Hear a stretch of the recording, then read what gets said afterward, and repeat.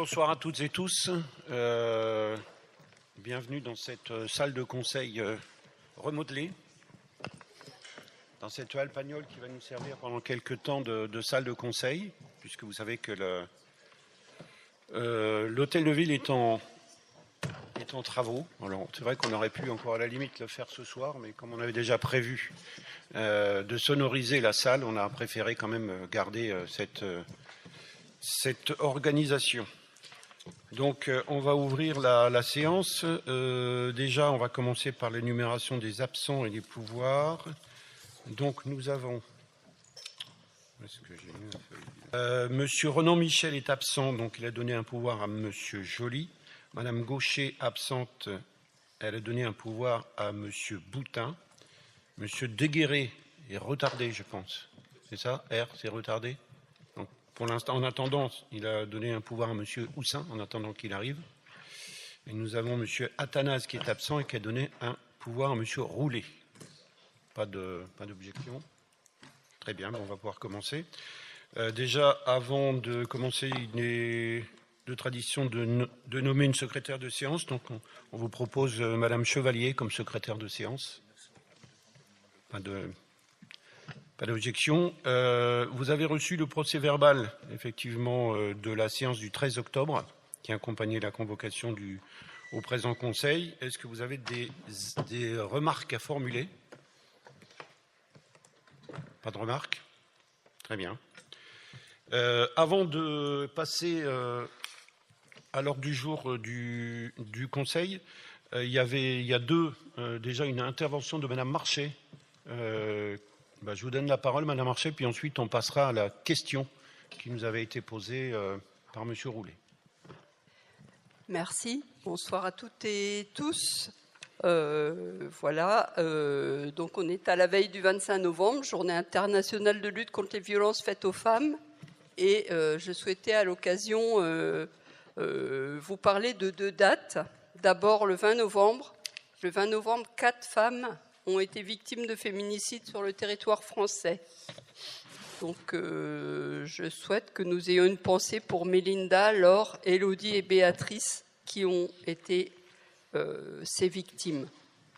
Et la deuxième date, c'est le 24 novembre, c'est aujourd'hui, avec une proposition de loi intégrale transpartisane pour lutter contre les VSS qui a été signée par une centaine de députés et déposée à l'Assemblée nationale.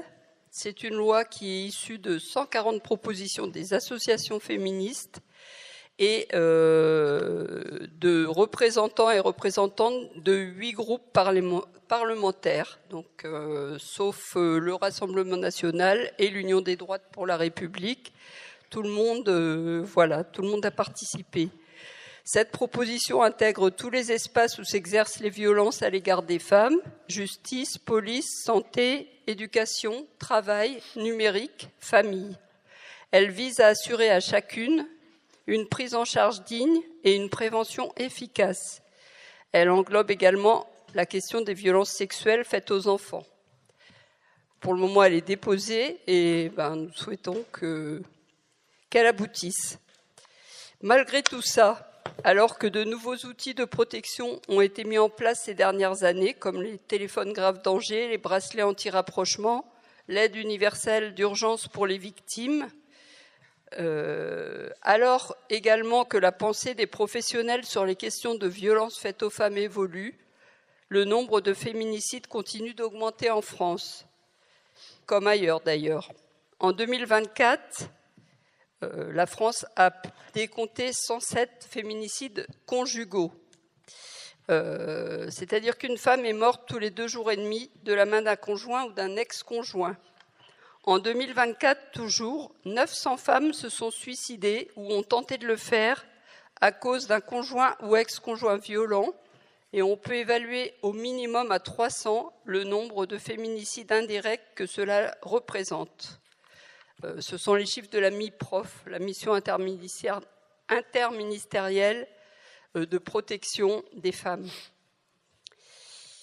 En 2024, 277 000 femmes majeures déclarent avoir été victimes de viol, tentatives de viol ou agressions sexuelles. Une femme toutes les 2 minutes. Concernant les violences conjugales, qui représentent une grande majorité des cas, on peut ajouter 2 chiffres en 2024. Dans 84% des cas, ces violences conjugales s'exercent sur des femmes et dans 85% des cas, leurs auteurs sont des hommes. Ce sont les chiffres du ministère de l'Intérieur. Plus généralement, c'est l'ensemble des violences faites aux femmes qui ne cessent d'augmenter.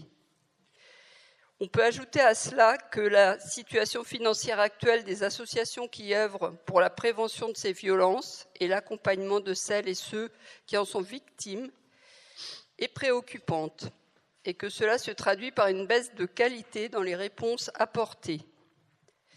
À Bru comme ailleurs, cela nous concerne. C'est pour cette raison que pour la 4e année consécutive, la ville, en partenariat avec le centre social L'Escale, propose le temps fort Stop aux violences contre les femmes, avec des actions de sensibilisation multiples auxquelles participent cette année des acteurs et actrices de la justice et de la gendarmerie. Nous sommes face à un fléau, il faut le prendre à bras le corps, toutes et tous ensemble, et ne pas renoncer à construire une société où chaque personne est respectée dans son intégrité physique comme morale, où tout le monde est reconnu et peut être entendu. C'est dans ce sens que nous agissons. Merci. Merci Madame Marchais. Je voulais annoncer tout à l'heure, nous avons reçu une question orale à soumettre à l'échange lors de ce conseil qui a été signé par M. Roulet du groupe Unir pour Agir. Je vous lis le texte. Monsieur le maire, mesdames, messieurs les conseillers, deux principales dispositions du Code électoral encadrent la communication des collectivités locales dans le semestre qui précède le scrutin, dont l'article L52-1 qui interdit que les élus sortants puissent bénéficier d'une campagne de promotion publicitaire de leur réalisation ou de leur gestion. Le 8 juillet dernier, nous avions d'un commun accord, après en avoir échangé en commission, acté la suspension de la tribune d'expression libre dans le Brumag. En ce qui concerne l'édito du maire, s'il est possible de le maintenir en période préélectorale, je le confirme, son contenu doit rester neutre et à simple but informatif. C'est effectivement ce que nous avions constaté dans le numéro 256 du mois de septembre, octobre 2025. Vous écrivez dans cette période particulière, on se doit d'être plus mesuré. Je me contente de vous inviter à lire ce numéro. Depuis votre déclaration de candidat à la candidature, la neutralité aurait dû être de mise. Or, dans le dernier numéro 257 du mois de novembre-décembre 2025, vous reprenez dans l'édito des termes qui ne sont pas sans rappeler vos slogans de campagne. Dans la même période, nous recevons dans notre boîte mail d'élus un appel à un rassemblement devant le tribunal administratif, mail intitulé « Pour appel et diffusion en date du 15 octobre dernier ». Si la cause peut être entendable et défendable, l'association concernée a tout moyen pour informer et sensibiliser les élus sans que les moyens municipaux soient mobilisés pour cela. Votre rôle en tant que maire n'est pas d'utiliser les moyens municipaux pour des raisons partisanes, ni de demander aux élus, quelle que soit leur sensibilité, d'appeler et de diffuser des appels à manifestation. Nous vous demandons, Monsieur le maire, de nous apporter des explications sur ces procédés qui n'avaient pas eu cours jusqu'à aujourd'hui dans cette municipalité. Je vais vous lire maintenant ma réponse. Mesdames, Messieurs, chers collègues, je souhaite répondre sereinement au courrier que vous nous avez adressé concernant la communication municipale en période électorale. Vous évoquez d'abord l'article L52-1 du Code électoral qui interdit toute campagne de promotion publicitaire dans les 6 mois précédant un scrutin. Je partage complètement ce rappel. C'est une règle importante et nous la respectons strictement. Vous notez ensuite que dans le Brumac de septembre-octobre, l'édito était neutre. Je vous remercie de l'avoir souligné. Pour le numéro suivant, vous affirmez que certains termes de l'édito ne seraient pas sans rappeler des slogans de campagne. Par contre, vous ne dites pas quels termes, ni quels slogans, ni en quoi ils constitueraient une promotion personnelle. Pour que nous puissions avancer sur du concret, j'aimerais donc que vous nous précisiez les passages que vous estimez litigieux. Sans ces éléments, votre accusation reste générale et il est difficile d'y répondre précisément. Pour ma part, je rappelle que cet édito ne présente ni bilan, ni réalisation, ni action que je revendique comme candidat. Il traite des sujets institutionnels, des rendez-vous municipaux, comme le font tous les éditos depuis 6 ans. Et pour lever toute ambiguïté, nous avons fait vérifier nos pratiques par un regard extérieur en matière juridique. L'analyse confirme que l'édito relève bien de l'information municipale autorisée. Je tiens cette analyse à votre disposition. Vous avez ensuite un mail reçu le 15 octobre, transmis par des associations reconnues pour leur engagement dans la défense des droits fondamentaux aux étrangers. Elles sollicitaient expressément que leur message soit relayé aux élus. Nous avons donc fait ce que nous faisons habituellement, et j'ai pris cette décision. Le message a été transmis à l'ensemble des élus, comme c'est l'usage lorsqu'une association nous adresse une information qui les concerne. Il n'y a rien là d'exceptionnel ni d'ambigu. C'est une pratique absolument normale du fonctionnement municipal. Puisque vous évoquez aujourd'hui l'utilisation des moyens municipaux, permettez-moi un simple rappel qui appartient à l'histoire encore récente de notre commune. Lors de la précédente mandature, M. Loipre, le maire d'alors, avait organisé ici même, alors pas dans cette salle mais en mairie, un rassemblement de soutien des familles menacées d'expulsion. Ce geste était assumé, public, et avait été mené avec le soutien de sa majorité d'alors, dont plusieurs d'entre vous étaient proches. À ce moment-là, personne, ni dans sa majorité, ni autour de lui, n'avait dénoncé un acte partisan ou un usage irrégulier des moyens municipaux. C'était considéré à juste titre comme un geste de solidarité dans une situation humaine difficile. Je le rappelle sans polémique, ce que vous qualifiez aujourd'hui d'irrégulier ou de partisan était hier une pratique que vous jugiez vous-même parfaitement légitime. Cela éclaire utilement la nature de votre interpellation d'aujourd'hui. Enfin, puisque vous évoquez la neutralité institutionnelle, je souhaite rappeler quelque chose avec beaucoup de calme. Ces dernières années, la ville a fait pavoiser le drapeau ukrainien, comme des centaines de communes l'ont fait, dans un contexte tout à fait exceptionnel. Une guerre sur le sol européen, une mobilisation nationale, un consensus public très large. C'était un geste de solidarité et de soutien à un peuple agressé, pas une prise de position partisane. Un an plus tard, vous avez vous-même demandé le pavoisement du drapeau israélien et l'organisation d'une minute de silence en conseil municipal. C'était votre position. Mais vous comprenez que cela relativise aujourd'hui votre appel à une neutralité absolue du fronton municipal. Tout cela montre que la question de la neutralité est complexe. Elle demande de la cohérence, de la rigueur et de la mesure. Et c'est exactement l'approche que nous adoptons. Pour conclure, je veux dire les choses simplement. Oui, la période préélectorale est exigeante et elle doit être respectée. Oui, nous devons être vigilants. Mais les insinuations ne remplacent pas les démonstrations. Et la qualité du débat public ne sort jamais grandie des procès d'intention. Permettez-moi d'ajouter ceci. J'avais entendu le souhait exprimé par votre candidat, M. Houssin ici présent, d'une campagne municipale centrée sur les idées, sur les projets et non sur les coups bas. J'y souscris pleinement. Mais pour que ce souhait se réalise, encore faut-il que chacun s'y tienne. Lancer des accusations sans les étayer, laisser entendre des irrégularités sans en apporter la moindre démonstration, ce n'est pas un débat d'idées, c'est une manière d'entrer dans une campagne par le dénigrement. Je ne souhaite pas que la campagne municipale prenne cette voie, et je fais confiance aux Brusoises et aux Brusois pour apprécier la pertinence de ces méthodes. Je vous remercie. Nous allons passer maintenant à l'ordre du jour de ce conseil municipal. Alors, je tiens quand même à vous informer avant l'ordre du jour que le transfert du bureau 1 centralisateur de l'hôtel de ville sera temporairement mis à la MDJ en raison des travaux de l'hôtel de ville. Ça, c'est en vue des futures élections municipales, bien évidemment, puisque le bureau 1 centralisateur à l'hôtel de ville ne sera pas disponible.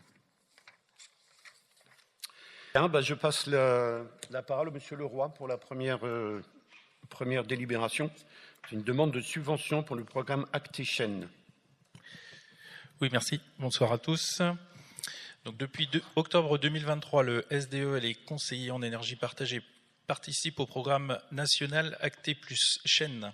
financé par un programme certificat d'économie d'énergie, CE. Ce dispositif vise à améliorer l'efficacité énergétique des bâtiments publics à travers différents accompagnements. Audit énergétique complet, diagnostic CVC, élaboration de schéma directeur immobilier énergétique, SDIE, on y reviendra, et installation de capteurs de suivi énergétique. La ville de Bru a déposé un dossier pour bénéficier d'une aide à la réalisation de son SDIE, inscrit au budget 2025 pour 150 000 € TTC. Cette démarche nécessite une délibération du conseil municipal autorisant monsieur le maire à solliciter la subvention et en précisant les modalités de financement en application notamment du décret tertiaire et de la gestion du patrimoine communal. Je vous demanderai de bien vouloir valider l'intérêt de candidater à Acté Plus Chaîne, valider le montage et le dépôt du dossier porté par la ville pour la création du schéma directeur immobilier et énergétique, approuver les modalités de financement prévisionnel à hauteur de 60% du montant hors taxe du projet, élaboration d'un SDIE, autoriser monsieur le maire à solliciter auprès de la FNCCR, la Fédération nationale des collectivités concédantes et régies, l'attribution de la subvention à hauteur de 60% du coût hors taxe du SDIE au titre du programme Acté Plus, en vertu de l'article L212434 du CGCT, d'autoriser monsieur le maire ou son représentant à signer toute pièce ou document afférent à la présente délibération et d'autoriser monsieur le maire ou son représentant à engager les dépenses liées aux actions portées dans le cadre de la candidature de l'appel à projet Acté Plus Chaîne. Merci, monsieur Leroy. Est-ce qu'il y a des questions par rapport à cette délibération? Pas de questions. Je passe au vote. Qui vote contre? Qui s'abstient? La proposition est adoptée à l'unanimité. Je vous en remercie.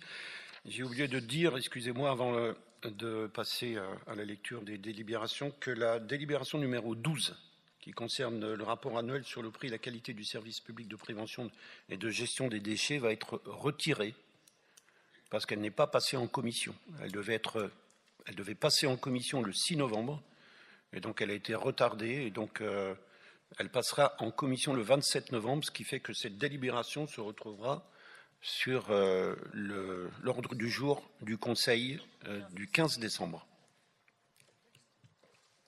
Passons à la délibération numéro 2, finances, tarifs publics, année 2026. Monsieur Leroy. Oui, cette délibération concerne la mise à jour des tarifs des différentes prestations proposées par la ville. Une augmentation de 1,5% a été appliquée par rapport à l'an dernier pour tenir compte de l'inflation et pour s'aligner sur les tarifs éducation qui ont été votés en juin cette année. Je vous demanderai donc de bien vouloir approuver la liste des tarifs publics pour l'année 2026 annexée à la délibération.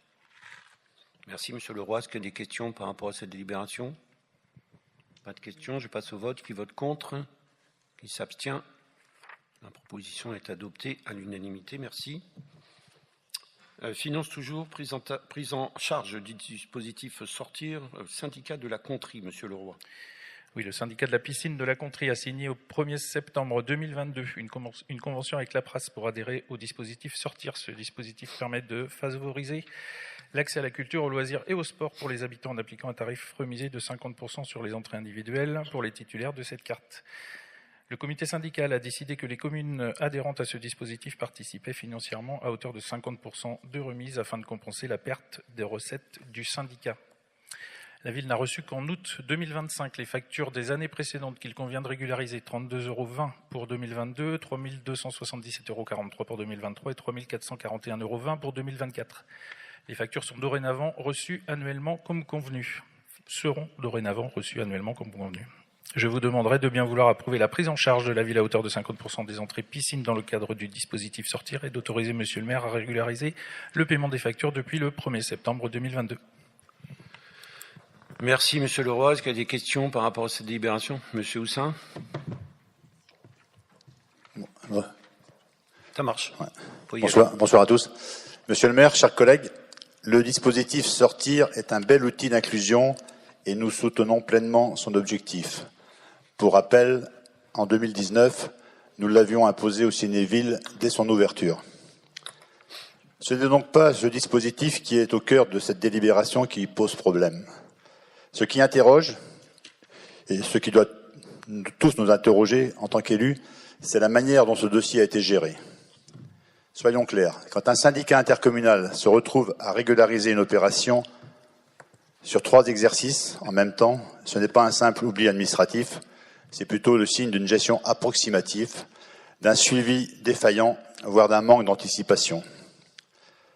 S'agit-il d'un problème d'organisation interne, d'une mauvaise coordination entre le syndicat et la commune? Dans tous les cas, cela doit être clarifié afin de garantir un fonctionnement plus rigoureux. D'autre part, nous n'avons aucune donnée spécifique. Combien d'habitants bénéficient réellement de ce dispositif? Combien d'entrées représentent ces montants? Sans indicateur, il est difficile d'évaluer l'efficacité du dispositif et sa pertinence sociale pour notre ville. À l'heure où nous cherchons à stabiliser un équipement qui peine à équilibrer ses comptes, il est légitime de s'interroger. Nous sommes en droit d'attendre autre chose de la part d'un syndicat qui est en difficulté financière depuis plusieurs exercices. C'est pourquoi nous demandons un reporting annuel des bénéficiaires brugeois, une analyse de l'impact financier du dispositif sur le syndicat, ainsi qu'une réflexion plus large pour concilier équilibre budgétaire et accessibilité sociale. Dans l'attente d'un suivi renforcé et de vos réponses à l'ensemble de nos questions, nous voterons favorablement cette délibération tout en maintenant une vigilance sur sa mise en œuvre. Merci. Merci. Est-ce que quelqu'un veut apporter une réponse? Monsieur Kermarek? Je veux bien. Merci pour ce commentaire. Alors d'abord, je voudrais dire deux choses. D'abord, effectivement, c'est une facturation qui aurait dû certainement être annuelle. Bon, je ne vais pas répéter ce que j'ai déjà dit 50 fois, mais un petit peu quand même. C'est-à-dire que, comme vous le savez, nous avons été privés de la présence d'un directeur pendant plus d'un an, presque deux. Il est aujourd'hui à mi-temps, et donc on a effectivement bien des difficultés administratives, comme vous le soulignez. Et d'ailleurs, nous sommes en train de remettre en ordre cette affaire-là. Nous avons fait un certain nombre de choses. Nous avons revu la gouvernance. Nous sommes sur le point d'embaucher un directeur adjoint et un responsable administratif qui viendra un win. Je voudrais pas. C'est pas le jour de pas dire un ou une, mais qui viendra remplacer entre ce qui était confié à la ville de Chartres et qui donc permettra d'avoir à la piscine une administration complètement indépendante. Pour ce qui concerne le nombre, je l'ai pas en tête, je l'ai pas ici, le nombre de bénéficiaires. Donc ça correspond à 50% de la somme. Je pourrais vous le faire parvenir, je pense. J'espère qu'on va les donner. Je vous le transférerai la prochaine fois. Alors ensuite, ce que je voulais aussi vous dire, c'est que finalement, ce qu'on est amené à verser au syndicat, finalement, c'est pas, comment dirais-je, une contrainte. C'est-à-dire que s'il n'y avait pas la carte sortir, c'est pas les 50% qu'on aurait dû verser, puisqu'on peut considérer que les gens ne seraient pas venus, mais c'est 100%. Donc c'est effectivement une moindre recette par rapport au tarif plein, mais c'est quand même une recette. Et donc ça diminue d'autant la participation communale à la subvention et à la participation qu'on amène à la contrée. Ceci étant indépendamment du reste, et vous l'avez dit, il est très important que tout le monde, et notamment les gens qui sont parmi les plus en difficulté, puissent accéder au service de la piscine, et on sait combien et aux autres aussi d'ailleurs, et on sait combien c'est important que les enfants, que les jeunes sachent nager et puissent profiter comme tout le monde, parce que c'est bien là aussi la difficulté de certaines politiques, puissent profiter autant que les autres des équipements publics. Voilà. Pour redire ce que j'ai dit, je vous enverrai. Je vais faire en sorte que vous puissiez être destinataire du nombre, peut-être pas de l'identité, mais du nombre des Brugeois qui ont profité de ce dispositif. Merci, Michel Kermarek. Monsieur Houssin? Oui, et puis un autre élément qui pourrait aussi être intéressant à notre connaissance, c'est aussi s'il y a d'autres communes qui sont concernées, et lesquelles, et est-ce que c'est toutes les communes avec un niveau aussi, et quelle est l'évolution de la carte sortir autour de la piscine? Je crois que c'est aussi des éléments intéressants pour suivre un petit peu cette évolution. Monsieur Kermarek. Alors pour ce qui est évidemment des communes, toutes les communes aujourd'hui du syndicat ont adhéré au dispositif Sortir. Quand on a lancé l'affaire il y a 3 ans, Chartres n'en faisait pas partie et Cornu non plus. Aujourd'hui, toutes les communes sont adhérentes au dispositif et toutes les communes sont concernées, puisque il n'y a pas une commune qui n'a pas eu d'habitants qui se soient rendus à la piscine dans le cadre de ce dispositif. Je crois que celle qui en a fait le moins, c'est Cornu. Et puis, je vais pas m'avancer, mais je pense que c'est 2. Mais pour le reste, toutes les communes ont eu des habitants qui ont bénéficié de ce dispositif. Là encore, je vous ferai parvenir la totalité des données qui sont en notre possession. Merci, Monsieur Kermarek. Oui, donc Monsieur Moussin. Oui, merci. Un autre point de vigilance, en fait, sur cette intervention, c'est, on ose espérer, alors j'entends bien les difficultés a rencontré le syndicat intercommunal sur la partie administrative. Bon, les sommes qui sont ici annoncées sont quand même des sommes qui étaient effectivement remontent à 3 ans. On ose espérer qu'on ne va pas retrouver d'autres surprises de cette nature, ou du moins avec des sommes plus conséquentes. Et bon, c'est quand même un point de vigilance sur lequel on voudrait attirer votre attention. S'il y a eu des manquements avec une direction qui a été aux abonnés absents, on espère, enfin toutes les communes en tous les cas, je pense, espèrent ne pas avoir de mauvaises surprises. Je sais pas du tout à quoi vous pouvez faire allusion. Ça c'est pas une mauvaise surprise, on l'a voté. Donc c'est le délai qui peut être considéré comme oui, quand même, surprenant. Pour le moins, quand même, au bout de 3 ans, oui, je pense. Oui, oui, enfin deux, hein, parce que c'est la première année, comme vous pouvez constater, hein, c'est 32 €. Donc c'était en fin d'année, on avait mis en place ce dispositif que au dernier trimestre de l'année. Donc en fait, on aurait dû avoir l'année dernière, les 2 premières années. On a 1 an de retard pour un dispositif qu'on met en place. C'est pas non plus une catastrophe et c'est pas non plus quelque chose d'absolument, comment dirais-je, scandaleux. Bon, d'autant que je vous ai expliqué la situation que vous connaissez d'ailleurs. Hein, c'est peut-être pas la peine de vous l'expliquer complètement. La situation de l'établissement. Une situation qui aujourd'hui est toujours difficile, vous l'avez dit, mais qui est en passe, je pense, de se stabiliser et pour repartir avec dans une nouvelle dynamique dès l'année prochaine. Voilà. Merci, Monsieur Kermarek. Je mets aux voix cette délibération. Qui vote contre? Qui s'abstient? La proposition est adoptée à l'unanimité. Je vous en remercie. Finance encore. Là, il s'agit des ouvertures exceptionnelles des dimanches et les jours fériés pour les commerçants. Monsieur Leroy. Oui, comme vous le savez, tous les ans, nous devons passer une délibération sur l'ouverture des jours fériés en cours de l'année avant le 31 décembre, donc pour l'année suivante. Donc depuis l'année dernière, il est proposé une liste de 6 jours pour les ouvertures dominicales, les 2 et 9 août pour l'année prochaine, le 9 novembre, ainsi que les 6, 13 et 20 décembre. Les représentants des enseignes de commerce de détail se sont engagés à choisir 3 jours parmi ces 6.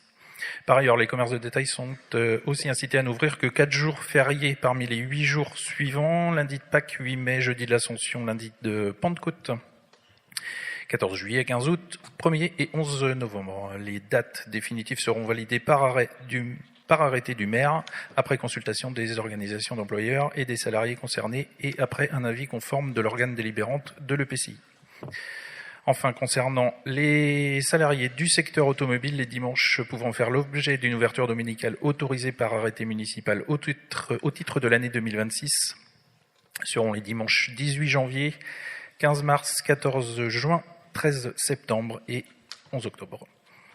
Je vous demanderai de bien vouloir autoriser les commerces de détail à l'exclusion des concessions automobiles et des autres commerces faisant l'objet d'une réglementation particulière à déroger à la règle du repos dominical pour leurs salariés à 3 dates parmi les 6 suivantes, 2 et 9 août, 21 novembre, 6, 13 et 20 décembre.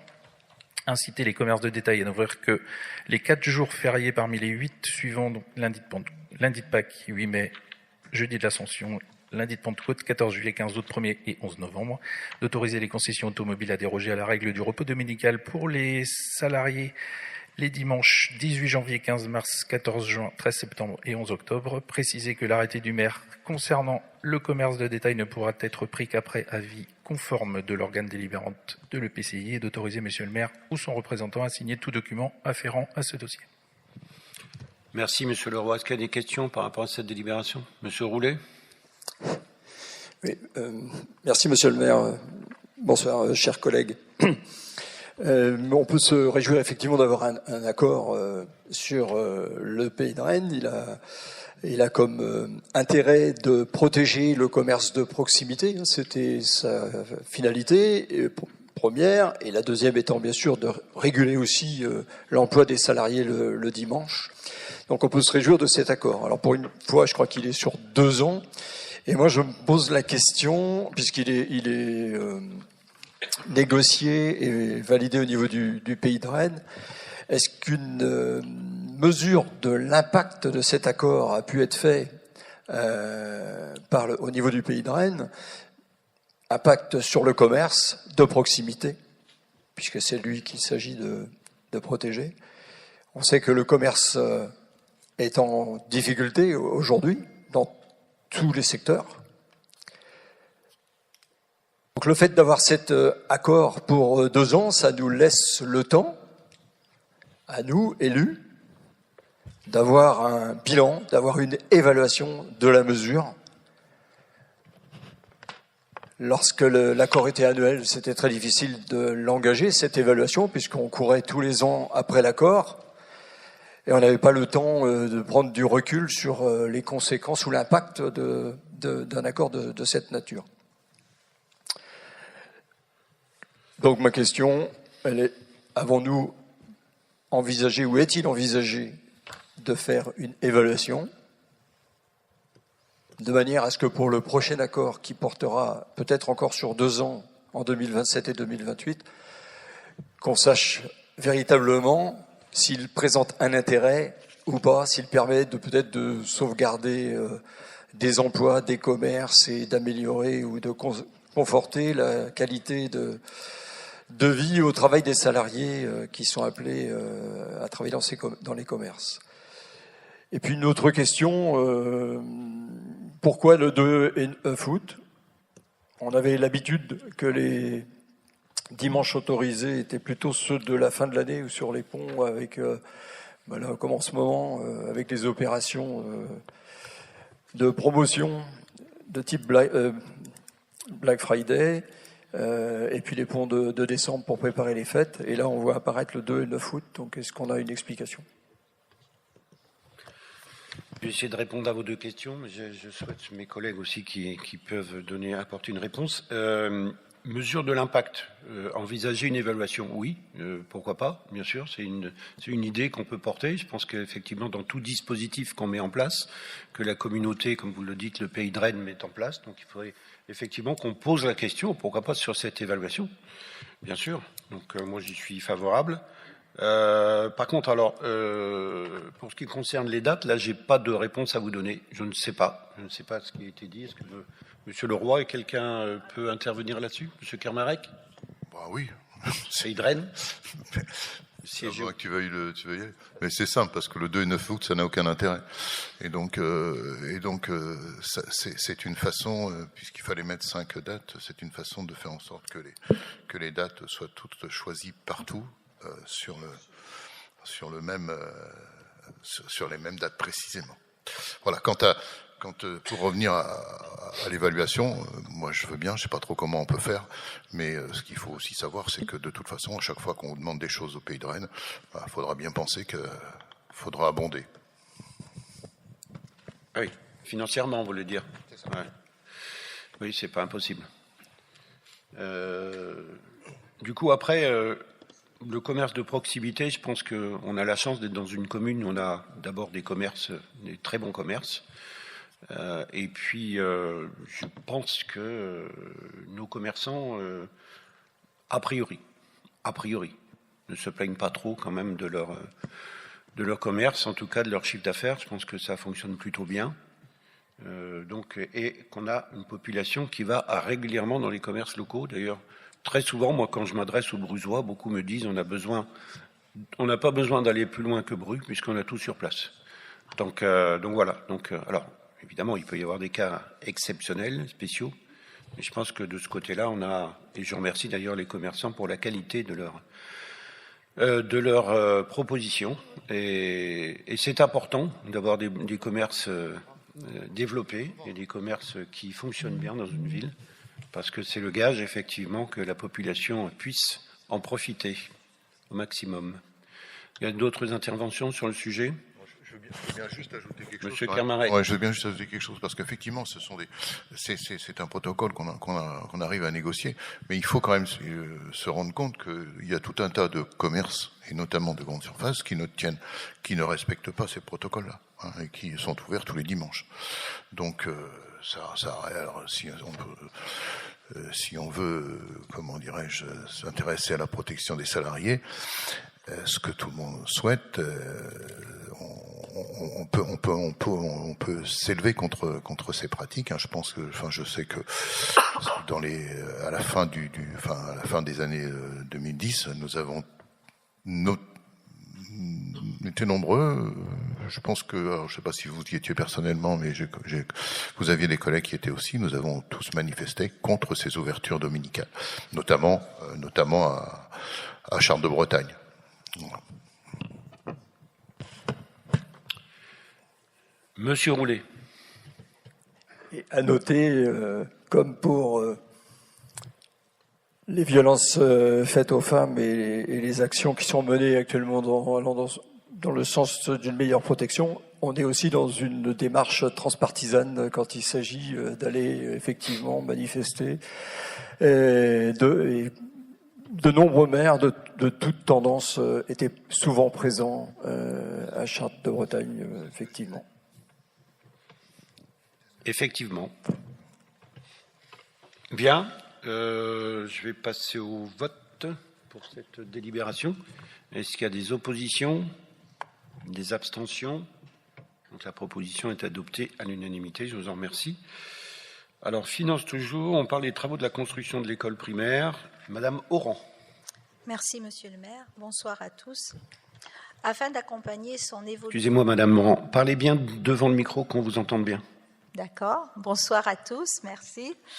Afin d'accompagner son évolution démographique et accueillir les effectifs supplémentaires induits par les nouveaux programmes de logement, la commune de Bru s'est engagée dans la création d'un nouveau site scolaire sur le ZAC de Kerlan à Bru. Dans ce cadre, un appel d'offres ouvert de travaux ayant pour objet la construction d'une école primaire, d'un ALSH et d'un espace de restauration a été lancé le 21 mai 2024. L'analyse des offres a été effectuée par le groupement Bigre Architecture et les 22 lots ont été attribués aux entreprises le 11 septembre 2024. Dans le cadre de l'exécution des marchés de travaux, des adaptations techniques en lien avec les aléas de chantier et des ajustements sont proposés par la maîtrise d'œuvre sur différents lots pour un montant total de moins 10 487,63 hors taxes, soit 12 585,16 TTC. Je vous demanderai de bien vouloir autoriser, Monsieur le maire, à signer les modifications de marché pour les lots 1, terrassement, le lot 2, gros œuvres, le lot 3, charpente, bois, bardage, le lot 4, couverture, ardoise, zinguerie et le lot 8, serrurerie. Merci, Madame Oran. Il y a des questions ? Monsieur Saunier. Oui, merci, Monsieur le maire. Le projet de nouvelle école constitue un équipement structurant pour la commune. Alors, sans refaire tous les débats que nous avons eus par le passé, nous partageons pleinement l'ambition qu'il motive, accompagner l'évolution démographique telle que nous l'avons dit, anticiper les besoins scolaires et offrir à nos enfants des conditions modernes, saines et puis mieux adaptées. À ce titre, nous ne pouvons qu'être favorables à la révision à la baisse des montants annoncés aujourd'hui sur certains lots des travaux. Dans ce contexte de tensions financières fortes pour l'ensemble des collectivités, toute économie maîtrisée est une bonne nouvelle. Mais cette révision à la marge ne doit pas occulter un point essentiel. Le budget global de l'opération reste extrêmement élevé. Il s'agit de l'investissement le plus important du mandat. À ce niveau d'engagement, plusieurs questions légitimes doivent être posées. Les premières sur les modalités de financement. Alors pour un équipement de cette ampleur, nous avons besoin ce soir de connaître précisément le montant total TTC de l'opération, foncier et aménagement compris. Dans cette délibération, nous ne parlons que de 8 millions d'euros hors taxes sur les marchés attribués. Donc ça, c'est la première question. La part qui est financée sur fonds propres, les subventions déjà obtenues ou celles en cours de négociation, et puis les modalités exactes de recours à l'emprunt. Monsieur Leroy, quel montant, quelle échéance, sur quelle durée? Il est important d'avoir de la visibilité sur ces sujets qui portent plutôt sur les modalités de financement. Le second point que je souhaite aborder dans la suite de cette délibération concerne le planning. Le chantier doit se dérouler en 2 phases. Donc là, nous sommes dans la première pour la 8 classes. Nous souhaiterions confirmation de l'avancement réel du calendrier, on en a parlé un peu en commission, et du respect des échéances prévues. Un glissement de planning aurait des conséquences directes sur la gestion des effectifs scolaires existants et sur les capacités d'accueil de nos écoles. Nous voterons naturellement cette délibération car elle va dans le bon sens et parce que les ajustements à la baisse sont une bonne nouvelle. Mais nous restons attentifs. Un projet à plus de 10 millions d'euros financé par les Brusois mérite un niveau d'exigence maximale en matière de transparence, de maîtrise des coûts et de clarté sur son financement. Nous souhaitons donc que des réponses précises aux questions que nous avons soulevées, d'une part sur les modalités de financement, d'autre part sur le planning. Merci, Monsieur Saunier. Je vais donner la parole à Monsieur Leroy, bien évidemment, qui va essayer de vous apporter les éléments. Ceci dit, ce sont des questions très précises. Vous avez raison de les poser. Il faut avoir de la transparence auprès des Brusois. Mais quand vous avez des questions comme ça, envoyez-les-nous un petit peu à l'avance, comme ça on pourra au moins préparer nos réponses très précises, parce que ce que vous souhaitez, c'est des réponses très précises. Ceci dit, je ne doute pas que Monsieur Leroy va pouvoir vous les donner. Eh ben, vous devriez en douter, parce qu'en effet, j'ai pas toutes les réponses. On en a déjà beaucoup parlé, le budget de l'école, c'est 11 millions d'euros, le budget total. Avec des subventions qui sont pas à la hauteur de ce qu'on attendait. Donc on est sur un investissement notamment les subventions de l'État. Notamment, ouais. Donc on est sur en effet des fonds propres assez élevés pour financer cet équipement. On a un emprunt qui va démarrer, je pense, dès l'année prochaine pour financer cet équipement. On est en cours de négociation sur la banque, notamment, on en a parlé ensemble d'ailleurs, Monsieur Saunier. Donc on aura des réponses. Si vous voulez des réponses plus précises à ces questions, je pourrais les donner en commission dès demain soir, si vous êtes là.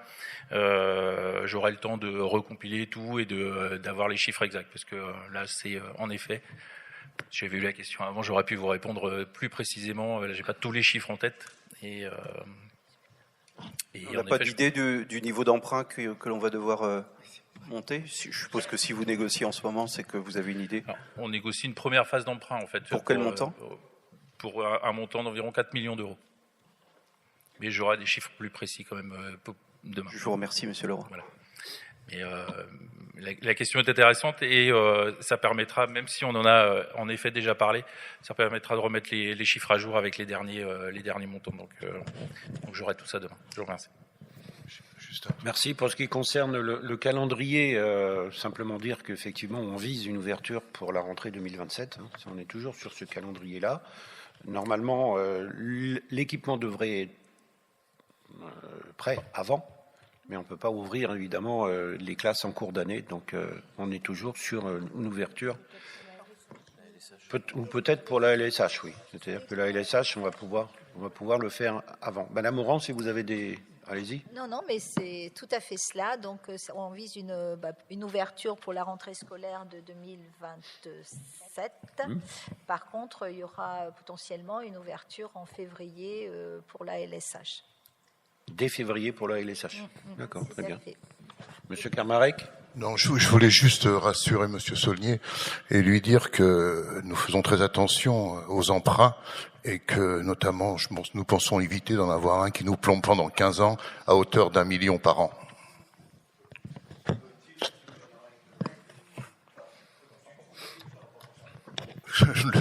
c'est à moi de juger de l'utilité de mon propos. Merci.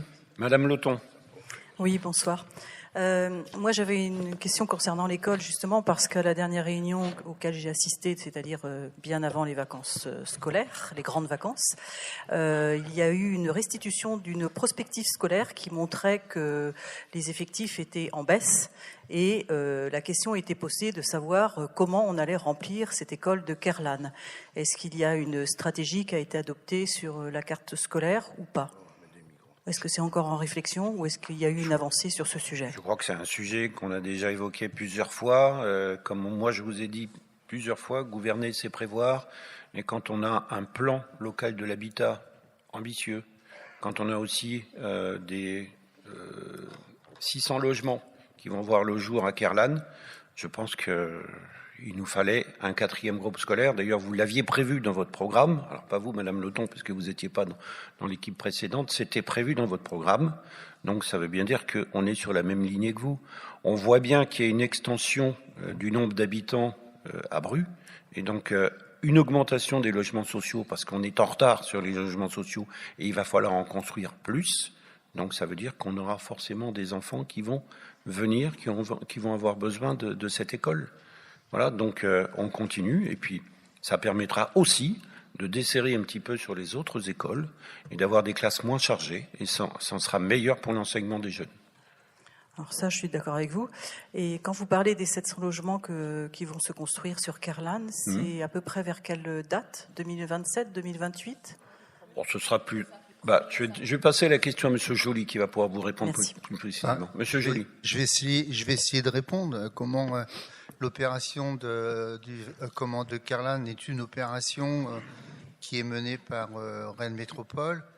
J'ai une délibération à vous présenter tout à l'heure concernant l'étude d'aménagement sur Kerlan, puisque les enjeux sont différents du fait de la construction d'une nouvelle station d'épuration à l'ouest de Kerlan qui fait que les effluents de la station n'iront plus dans le Mortrais qui traverse Kerlan. Donc on va avoir ça à faire.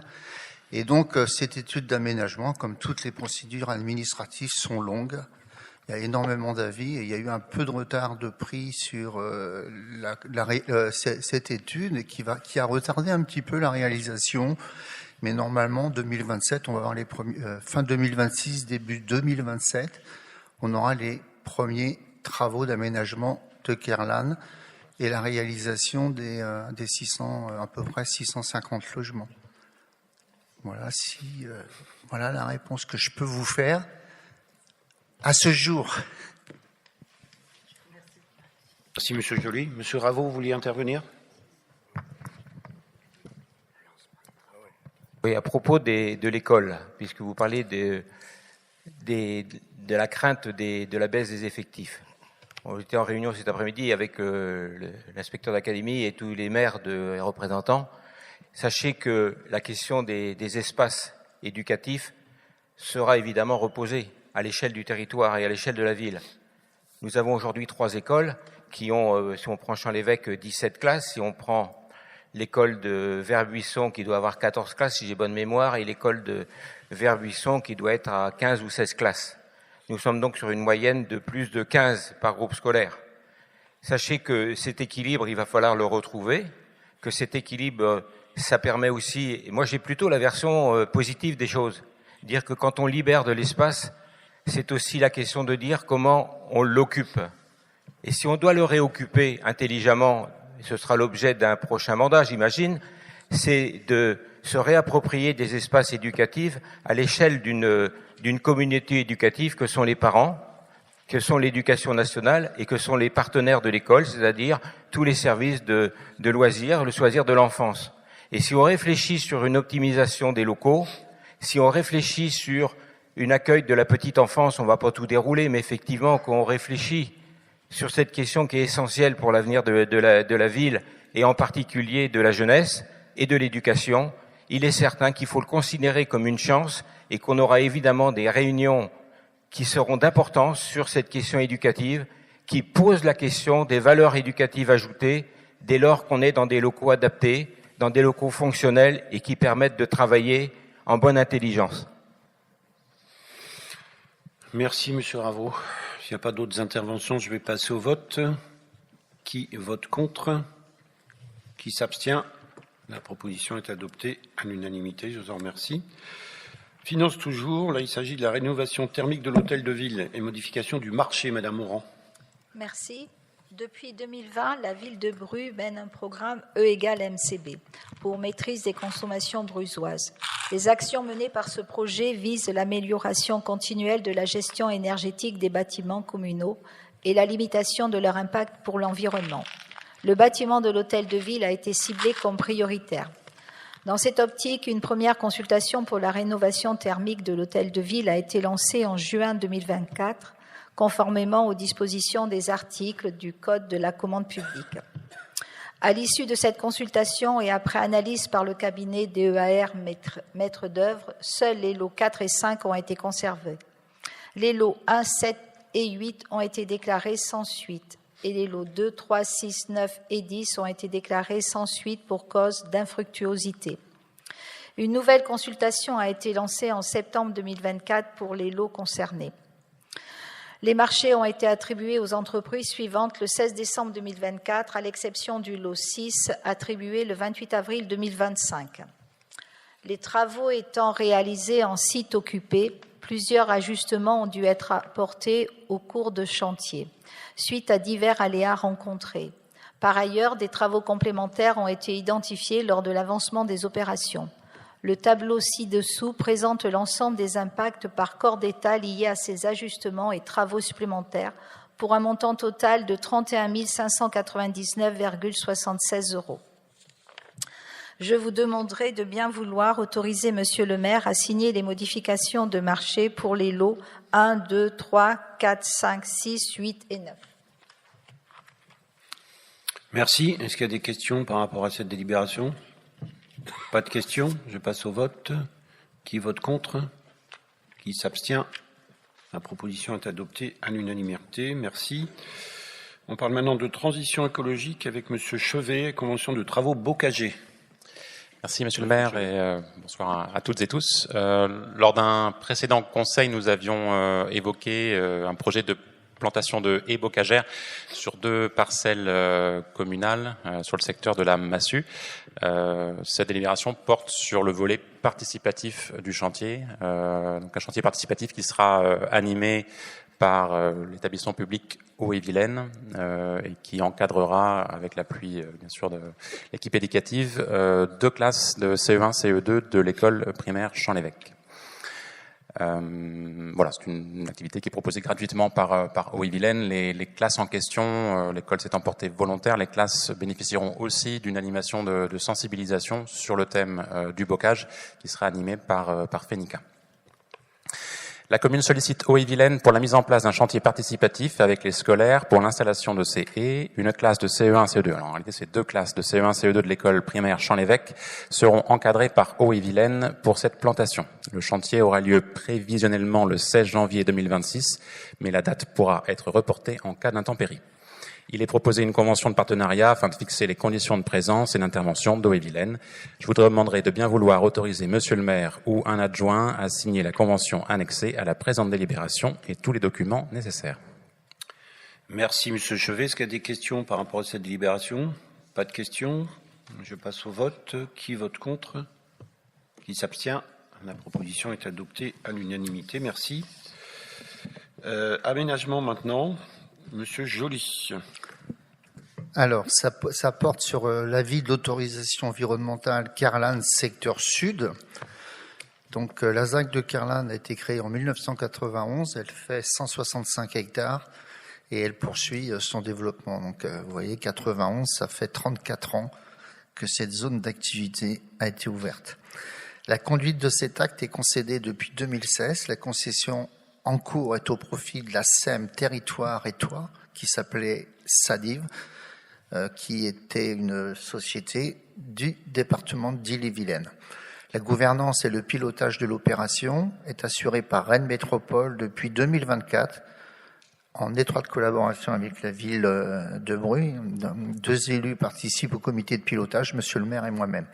En 2019, Rennes Métropole, Territoire et la ville ont décidé de lancer des études afin d'écrire un nouveau projet urbain pour adapter la ZAC aux évolutions du territoire à venir. Je vous en parlais tout à l'heure, le transfert de la station d'épuration qui impacte le régime hydraulique du Mortrais et qui alimentait les plans de l'opération, ce qui ne sera plus le cas quand cette station d'épuration, la nouvelle, sera opérationnelle.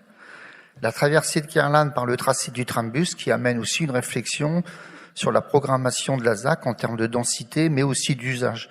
C'est une réflexion qu'on a menée depuis quelques années en disant que le quartier, puisqu'on parle de quartier de la ZAC de Kerlan, manquait cruellement d'animation, d'une mixité au niveau urbain. Beaucoup d'écoles, beaucoup d'entreprises, mais pas d'habitants. Et donc un quartier qui, au fil des congés et des vacances scolaires, se vidait régulièrement. Donc on a souhaité avoir une mixité en termes de logement et y amener du logement pour de nouveaux habitants ou pour les habitants de Bru. La ZAC de Kerlan, du fait de sa situation géographique sur les territoires de Bru et son projet d'accueil d'établissements de formation, publics ou privés, de logements étudiants, d'entreprises et depuis 2019 de logements collectifs et individuels, représente un intérêt majeur dans le développement de la ville. Déjà aménagé sur près de 2/3 de sa surface, il reste aménagé quand même des pans importants, le secteur sud sur une superficie d'environ 22,4 hectares et le secteur nord pour environ 30 hectares. Et à mettre en œuvre le projet de renaturation du Mortrais, comme je parlais tout à l'heure. Les secteurs sud et nord sont les deux derniers secteurs donc qui restent à urbaniser dans l'opération. Le secteur sud vise une programmation à dominante d'habitants afin de constituer la couture urbaine entre Kerlan et le tissu urbain brusois, et en particulier le Vert-Buisson, et inscrire ce site en un réel quartier de Bru. Environ 66 000 m² de surface de plancher sont destinés au logement, donc ça représente environ 670 logements. Allant de la maison individuelle au collectif en R+3, 9 000 m² sont destinés aux établissements de formation et aux entreprises. Il y a 3 000 m² pour les activités économiques et 4 000 m² pour les services et les équipements, dont le 4e groupe scolaire. Il y a eu une étude économique qui a été faite sur Kerlan et qui a été étendue à l'ensemble de l'agglomération dans le cadre de notre étude de ZAC multisite. Et donc, il en ressort la capacité d'accueillir un certain nombre de commerces de proximité sur différents quartiers de la ville et en particulier sur le campus de Kerlan. Donc, ça va créer une animation aussi dans ce quartier avec des habitants, avec des services, puisqu'il y a l'école, il pourrait y avoir d'autres services de proximité dans les quartiers. Et ça a été l'objectif de l'étude de commerce, de l'étude équipement réalisée dans le cadre de la ZAC. La préservation maximale du patrimoine arboré aussi a constitué l'objectif majeur et la structure même du projet a été pensée afin de minimiser l'impact sur les haies bocagères existantes. Vous voyez très bien quand on se promène la qualité des haies bocagères et de ce secteur. Le projet prévoit par ailleurs de conforter les haies existantes et d'en créer de nouvelles pour renforcer le maillage existant. Le secteur nord, lui, porte sur une programmation à dominante d'activité économique et de formation dans la continuité des secteurs centre et ouest déjà urbanisés. Là, il y a 116 000 m² de surface de plancher sont envisagés et le découpage des parcelles s'appuie sur la trame bocagère et les fossés existants. Dans le but d'assurer une bonne accessibilité aux îlots constructibles, des voies nouvelles seront créées. Un nouvel accès depuis la RD 34 va être créé. Des ouvrages de mobilité douce accompagnent le projet avec la création d'une passerelle permettant le franchissement de la RD 177 et l'élargissement du pont de la RD 77. Donc la passerelle est posée. Ils sont en train de terminer les accès à cette passerelle dans le cadre du réseau Express Vélo qui va relier la Saint-Jacques-de-la-Lande, la Gaîté, le terminus du métro pour arriver jusqu'à Bru avec le trambus en 2030. Enfin, le projet intègre dorénavant la renaturation du Mortrais dans le cadre du transfert de la station d'épuration en dehors de la ZAC, entraînant une baisse de l'alimentation en eau des plans d'eau existants. C'est ce que je vous disais tout à l'heure. Ce projet vise ainsi à restaurer les fonctions hydrauliques du Mortrais au sein d'un parc naturel urbain, à créer des zones humides, tout en maintenant une fonction de tamponnement Le projet apporte une plus-value écologique certaine du fait des aménagements envisagés au lieu et place de plans d'eau artificiels. Conformément donc aux dispositions du Code de l'environnement, ces aménagements sont soumis à autorisation environnementale unique. Le dossier de demande d'autorisation a été déposé le 19 juillet 2024 par Terre et Toit et a fait l'objet d'une enquête publique du 27 octobre au 28 novembre 2025. Dans le cadre de l'article R180-38 du Code de l'environnement, la collectivité peut émettre un avis sur le projet, notamment au regard des incidences environnementales notables sur son territoire. Considérant que le dossier d'autorisation environnementale présente l'ensemble des enjeux des différents sites et le projet ayant été élaboré suivant la méthode éviter, réduire, compenser et que l'on connaît bien maintenant, avec pour objectif de privilégier les mesures d'évitement en premier lieu, il est proposé d'émettre un avis favorable. Donc, je vous demanderai de bien vouloir émettre un avis favorable au dossier de demande d'autorisation environnementale unique relative au projet de ZAC de Kerlan sur les secteurs sud, nord et du Mortrais et soumis à enquête publique du 27 octobre au 28 novembre 2025. Et on doit donner un avis pendant cette période de soumission à enquête publique. Je vous remercie. Merci, Monsieur Joly. Est-ce qu'il y a des questions par rapport à cette délibération? Monsieur Roulet. Merci. Alors c'est pas proprement parler une question. J'ai bien entendu tout l'exposé de Monsieur Joly. Il y a pas de souci là-dessus. J'ai pas entendu, et c'est peut-être une question de sonorité. J'ai pas entendu la question du bruit, si elle avait été prise en compte. Parce que là, on amène 670 logements, on est à proximité du RD 177. Vous savez que c'était un point qui avait été repéré quand il y avait eu le diagnostic bruit qui avait été fait en disant que la RD 177, qui à cet endroit-là est à 90 km/h, mais quelques centaines de mètres avant est à 110 km/h. Et donc, il y a beaucoup de bruit lié à la circulation automobile. Donc, ma question là, est-ce que ça a été abordé dans cette étude? Monsieur Joly. Dans cette étude, c'était simplement la prise en compte de la nouvelle station d'épuration et du nouveau tracé du Mortrais qui devient un simple ruisseau et non un réceptacle des effluents de la station d'épuration des eaux usées. Mais il y a eu déjà une enquête publique qui avait été faite sur l'ensemble de la ZAC. Et tous ces sujets avaient été abordés et avaient fait l'objet d'un certain nombre d'observations. Mais pour l'instant, c'est peut-être votre question, pour l'instant, il n'est pas prévu des murs qui vont diminuer le bruit des 4 voies. Mais c'est pas toujours la meilleure des solutions. Ça peut être aussi des plantations, ça peut être un certain nombre d'autres études. Globalement, c'est comment ces différents soucis majeurs ont été pris en compte dans l'étude au départ, comme pour la ZAC multisite, et ça fait partie d'un dossier d'aménagement d'ensemble. Alors que là, c'est bien particulier. C'est une modification au niveau du Mortrais qui font qu'on avait besoin d'une autorisation environnementale. Et l'autorité environnementale, d'ailleurs, elle n'est pas obligée de donner un avis.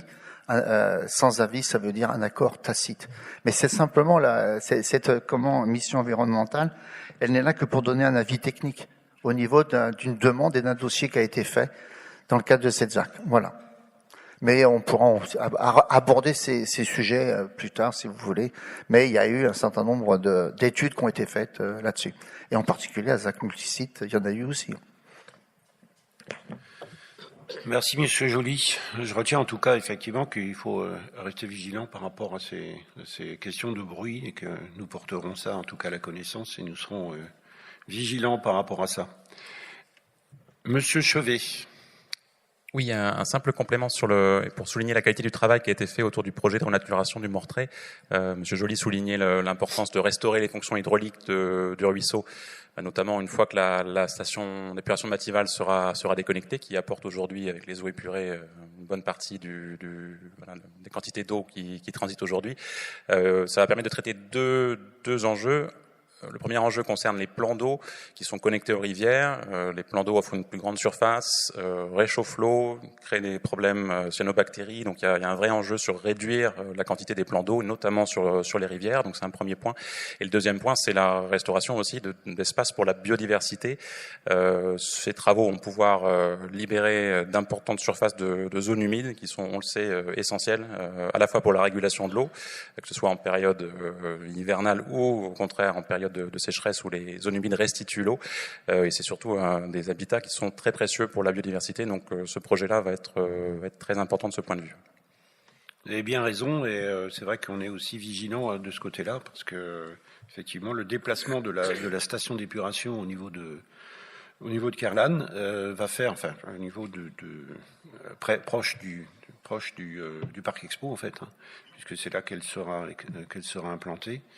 Effectivement, ça va libérer bien sûr la steppe, et donc il est prévu de toute manière. La métropole a déjà réfléchi sur le sujet, et on sera aussi avec la métropole pour réfléchir ensemble sur ces problèmes de biodiversité, en tout cas pour retrouver effectivement des surfaces qui vont permettre de favoriser cette biodiversité. Merci pour cette précision. Est-ce qu'il y a d'autres questions sur le... Monsieur Saunier. Merci. Oui. Juste peut-être quelques petites réactions sur un programme qui est important, avec un nombre de logements important qu'on va accueillir sur ces secteurs-là. Comment est-ce qu'on absorbe autant de logements dans cette ZAC, de façon à ce qu'on puisse préserver tout le modèle, et puis que ça ne devienne pas non plus trop dense? Bon, rapidement, parce que c'est un sujet qui est vaste et qui demande un travail important. D'ailleurs, il nous a fallu 5 ans pour faire des études. On a fait des études, mais qui vont aboutir sur un projet. Donc, c'est pas que des études pour faire des études, c'est des études pour prévoir l'avenir de Brut dans les 20-25 ans à venir. Donc, on est tous sensibles au réchauffement climatique. On est sensible aussi au fait qu'il faut préserver la terre agricole. Et donc, avec le réchauffement climatique et la préservation, entre autres, de la terre agricole, si avec ça, mais il y a encore plein d'autres enjeux, il y a aussi comment accueillir une nouvelle population, faire face à la demande de logements sociaux, face à l'augmentation du coût du foncier, à l'augmentation du prix du logement, et à la crise actuelle du logement. On voit que un certain nombre de critères ont complètement bouleversé la façon d'aménager les villes. Et donc, notre objectif, c'est renouveler la ville sur elle-même, sans empiéter sur le domaine agricole. C'est la dernière fois qu'on va faire une opération à Mons sur 8 hectares, et après, il n'y aura plus du tout d'empiètement sur la terre agricole. Et on a protégé aussi Chendé, 35 hectares de terre qui reviendront à l'agriculture. Donc, on a un défi à lever, accueillir une nouvelle population dans la ville et dans la ville habitée actuellement.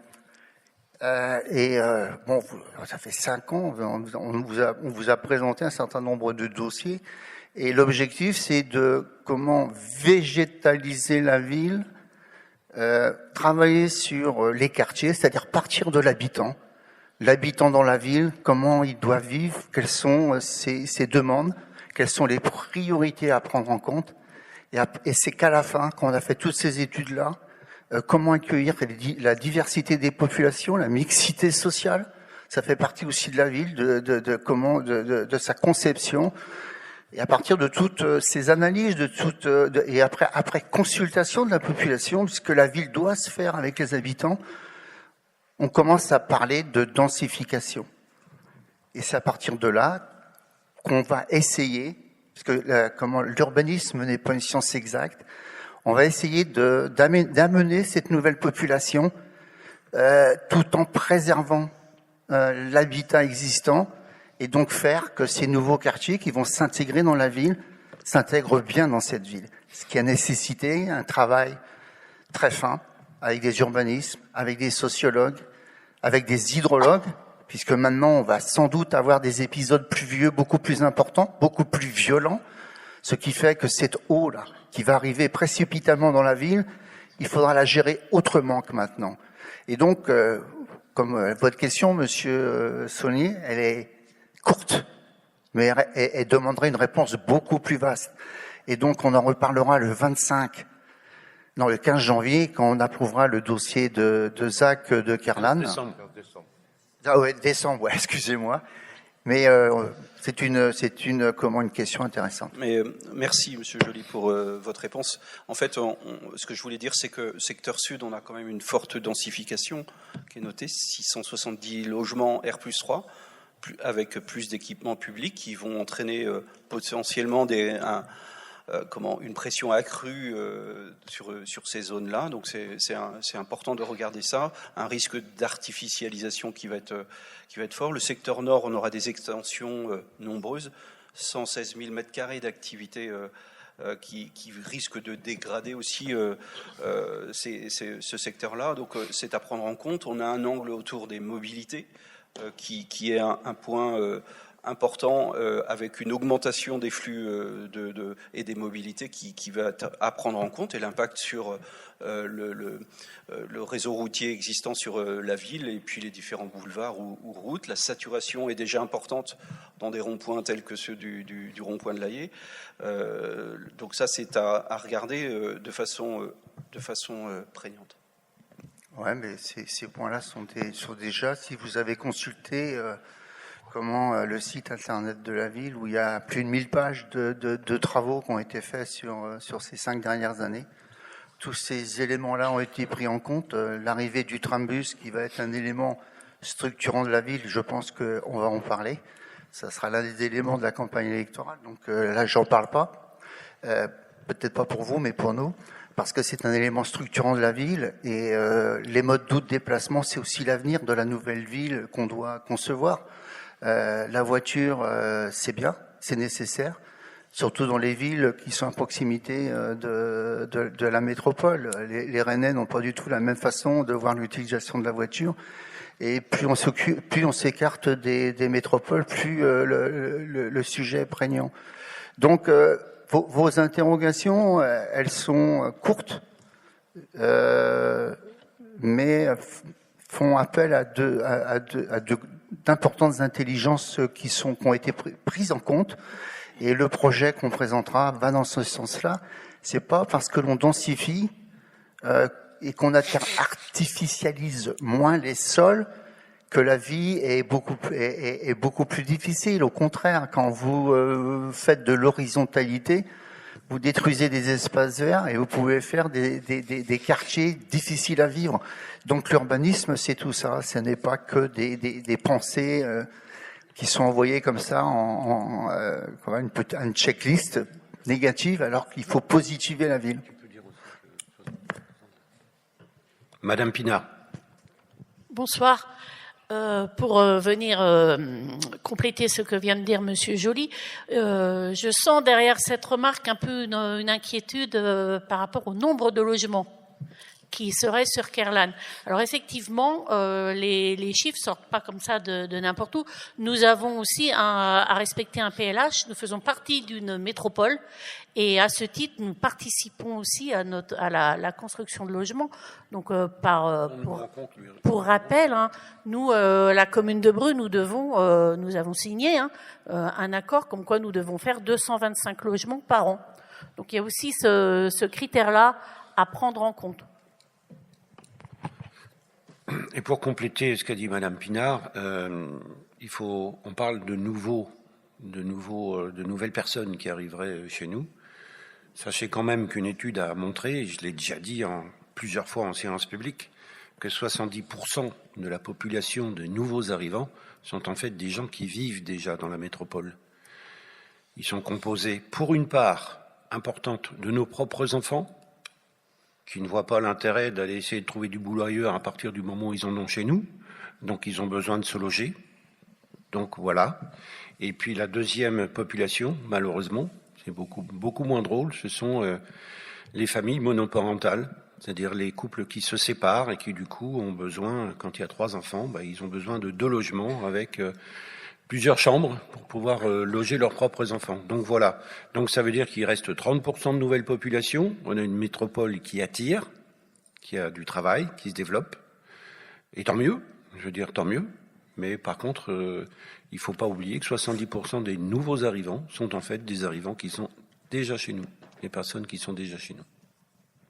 Donc il nous faut construire des logements et nous sommes de ce côté-là, aussi bien à Bru qu'ailleurs dans la métropole, en retard par rapport au nombre de logements. C'est-à-dire qu'on a une demande qui augmente et malheureusement, c'est pas rare de voir des étudiants ou des jeunes travailleurs qui ont du boulot, qui viennent à Bru ou ailleurs pour faire des études et qui sont obligés d'arrêter en cours de route parce qu'ils n'arrivent pas à se loger. Ou alors ils se logent dans un camping, ils sont dans une tente ou ils dorment dans leur voiture.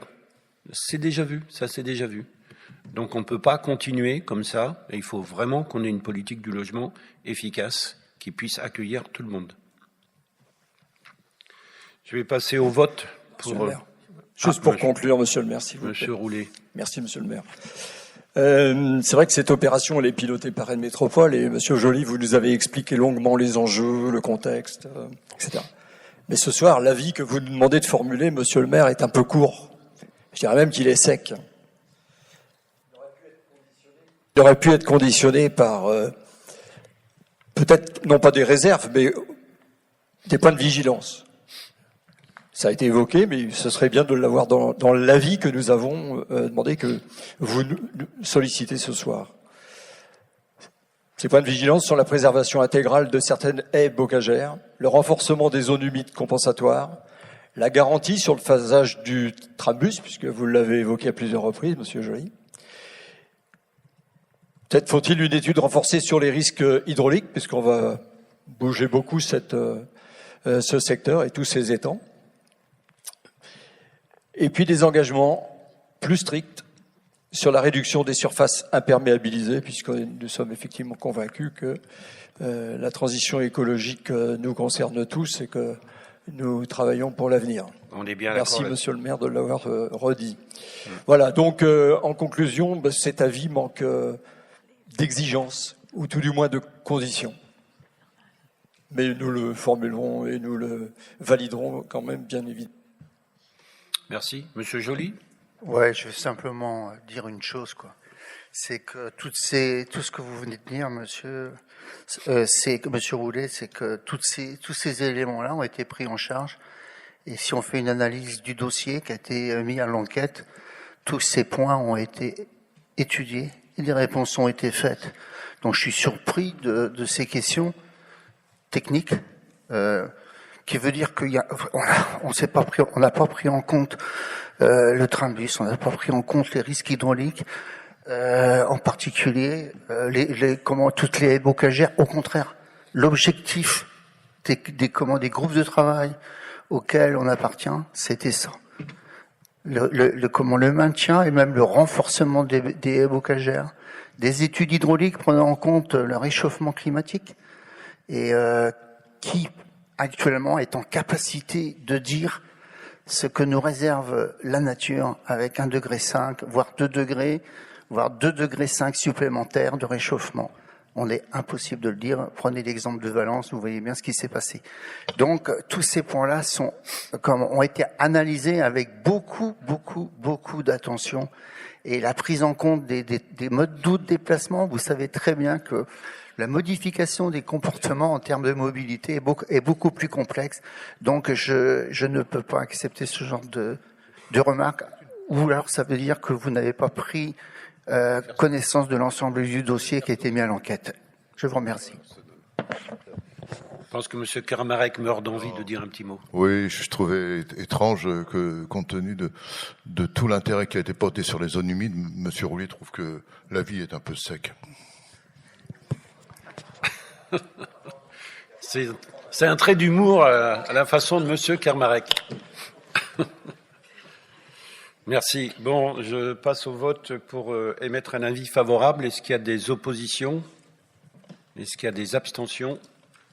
Donc, nous émettons un avis favorable à l'unanimité. Je vous en remercie.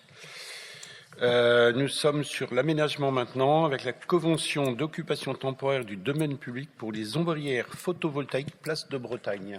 Monsieur Delaunay. Bonsoir à tous.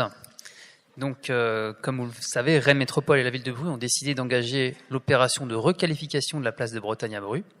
Une étude urbaine portée par la commune a mis en évidence la nécessité de revoir l'aménagement de cette place, notamment afin de conforter son attractivité commerciale et de requalifier l'espace public. En parallèle, la loi relative à l'accélération de la production d'énergie renouvelable impose à Rennes Métropole de prévoir avant 2028 l'installation d'ombrières photovoltaïques sur ce parc de stationnement de plus de 1500 m². Sur la base d'une étude de faisabilité, la ville de Bru s'est déclarée intéressée pour porter cet investissement et l'intégrer à une boucle d'autoconsommation patrimoniale. Suite à la délibération du conseil municipal du 27 janvier 2025, une commission de maîtrise d'ouvrage unique a été désignée le 13 mars 2025, désignant Rennes Métropole comme maître d'ouvrage unique pour l'aménagement de la place de Bretagne et l'installation d'ombrières photovoltaïques, afin d'assurer la cohérence globale du projet et la coordination des travaux. L'installation des ombrières photovoltaïques, ouvrage communal, étant réalisée sur le domaine public métropolitain, il est nécessaire de fixer les modalités techniques, administratives et financières de l'occupation temporaire du parc de stationnement. Une convention d'occupation temporaire sera signée entre Rennes Métropole et la ville à compter de la remise de l'ouvrage par Rennes Métropole. Cette convention est consentie pour une durée de 20 ans et moyennant une redevance annuelle de 208 €. Je vous demande de bien vouloir approuver les modalités techniques, administratives et financières fixées par la convention d'occupation temporaire du domaine public en vue de l'installation d'ombrières photovoltaïques sur le domaine public métropolitain. D'autoriser Monsieur le maire ou un adjoint à signer tout document nécessaire à l'exécution de la présente délibération. Merci Monsieur Delaunay. Est-ce qu'il y a des questions par rapport à cette délibération? Pas de questions? Moi, je voudrais simplement signaler quand même le travail remarquable qui a été fait par la métropole et les élus de Bru sur ce dossier et la concertation qu'il y a pu y avoir avec les commerçants. Ça a été plusieurs mois de concertation qui ont porté leurs fruits. Et donc, pour la réalisation de cet embellissement, peut appeler ça comme ça, de la place de Bretagne, ça faisait déjà quelques années quand je dis quelques dizaines d'années, qu'on entendait parler d'un projet, et ce projet est enfin sorti de terre. Donc voilà, je voulais simplement avoir cette remarque positive. Monsieur Houssin, vous vouliez vous exprimer sur le sujet, allez-y. Oui, je vais modérer un peu vos propos concernant je suis surpris. Ces travaux. Allez-y. Non, parce que, en fait... c'est un jeu de mots. Hein, Oui, pardon. Oui, c'est au second degré. Il y a de l'humour ce soir. Voilà. Non, j'ai eu quelques échanges avec des commerçants de la place. C'est pas aussi limpide que vous voulez nous le présenter. J'admets que c'est pas très simple, puisque quand il y a travaux, de toute façon, il y a forcément des perturbations. Et c'est jamais très facile de communiquer autour de cela. Mais j'en veux pour preuve une demande qui a émané de commerçants pour mettre un totem, par exemple, sur la signalétique, parce qu'aujourd'hui, entre les travaux qui sont au boulevard Pasteur et les travaux de cette place, qui étaient bien sûr nécessaires, c'est pas le sujet, ils avaient fait une demande et visiblement, ça n'a pas été, en tous les cas, validé. Et pour eux, ça a été une difficulté, parce que le commerce est assez difficile, et qui plus est, quand l'accès devient limité, forcément ça crée certaines frustrations. Donc j'entends bien qu'il y a eu un travail qui a été réalisé. J'ai même été surpris que parfois il y a un certain nombre d'échanges. Alors peut-être que c'est aussi le fonctionnement qui évolue par l'équipe qui est en place, mais j'ai le sentiment aussi que parfois la métropole est en direct aussi avec les commerçants de la place. Alors après, c'est peut-être un mode de fonctionnement qui est à valider, mais je trouve que c'est bien aussi parfois que la ville soit aussi l'interlocuteur des commerçants en permanence.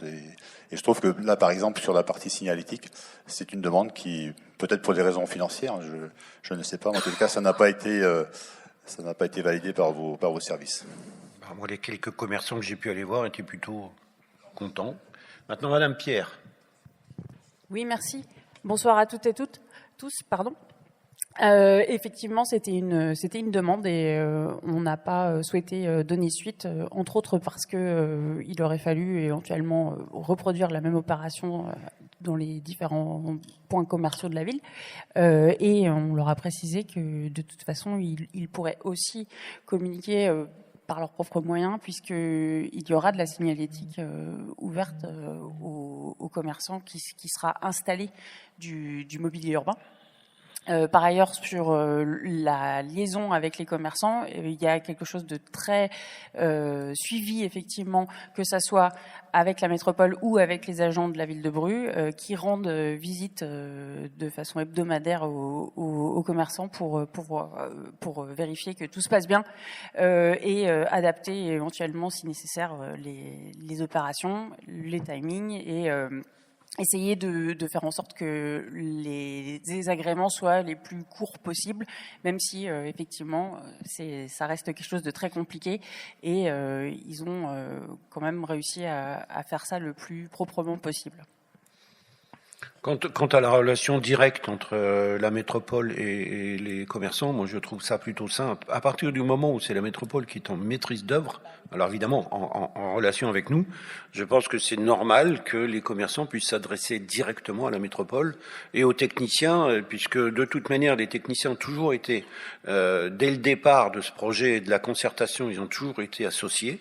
Donc c'est tout à fait normal que les techniciens puissent aussi recevoir les avis des commerçants. C'est tout à fait logique.